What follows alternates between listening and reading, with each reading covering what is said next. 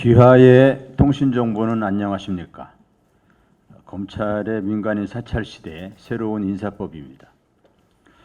검찰이 완전히 제정신이 아닙니다. 검찰이 무차별적으로 통신정보를 조회한 사실이 드러났습니다.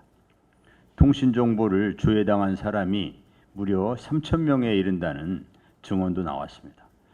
통신정보는 서울중앙지검 반부패 수사 1부에서 조회했습니다. 김만배 씨와 신학림 위원장을 윤석열 대통령 후보 명예훼손 혐의로 재판에 넘긴 곳입니다. 검찰의 직접 수사 대상 범죄를 축소한 검찰청법에 따르면 검찰은 명예훼손 사건을 직접 수사할 수 없습니다.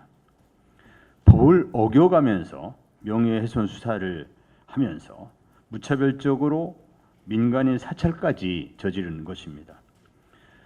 윤 대통령은 과거 공수처의 통신 조회에 대해서 이렇게 말한 바 있습니다. 이거 미친 사람들 아닙니까? 또 윤 대통령은 과거 검찰총장 시절 중앙지검 한동훈 검사 중앙지검에서 한동훈 검사 핸드폰 압수수색한 것에 대해 당시 이성윤 중앙지검장에게 시정잡배 수준의 언어로 이렇게 말했습니다. 네가 눈에 뵈는 게 없냐? 똑같이 검찰에게 묻겠습니다. 미친 사람들 아냐? 네가 눈에 뵈는 게 없냐?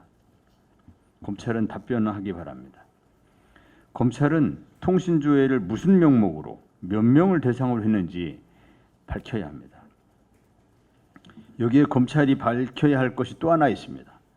명예훼손 수사에는 수천 명의 통신정보를 조회한 검찰이 주가 조작과 명품백 수수 사건에서 김건희 씨의 통신정보를 조회한 적이 있는지 공개해야 합니다. 수사권으로 보복하고 힘없는 사람들만 골라서 지독하게 괴롭히는 검찰이 깡패 이상의 범죄 조직인지 아니면 김건희 부부의 서초동 용역인지 국민은 궁금해합니다.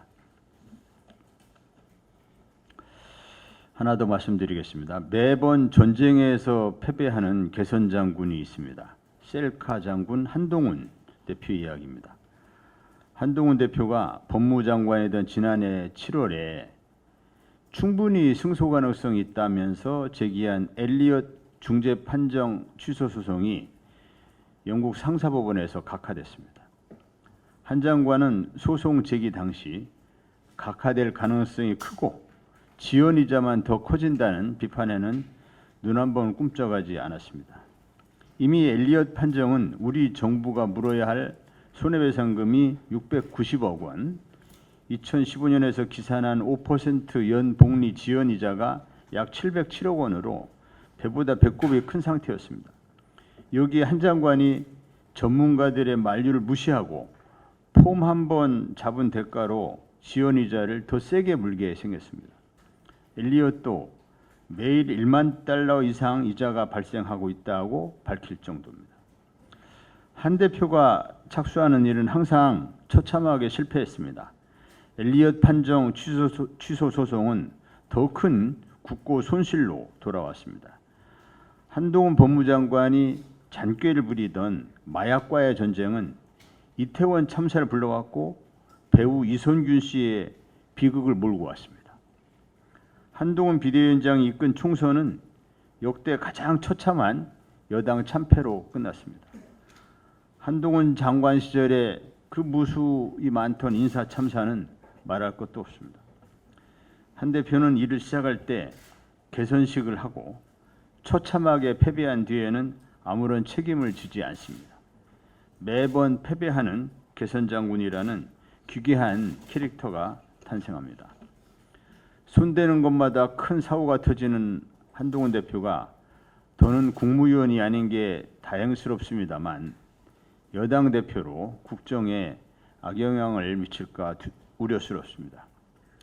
국민은 이미 무능하고 사악한 윤석열 정권에 지친 상태입니다. 한 대표까지 인기만을 의식해서 국민을 더 큰 불행에 빠뜨리지 않았으면 좋겠습니다. 한 대표가 역시 윤석열 대통령이 그랬듯이 아무것도 안 하면 아무 참사도 일어나지 않습니다. 이상입니다.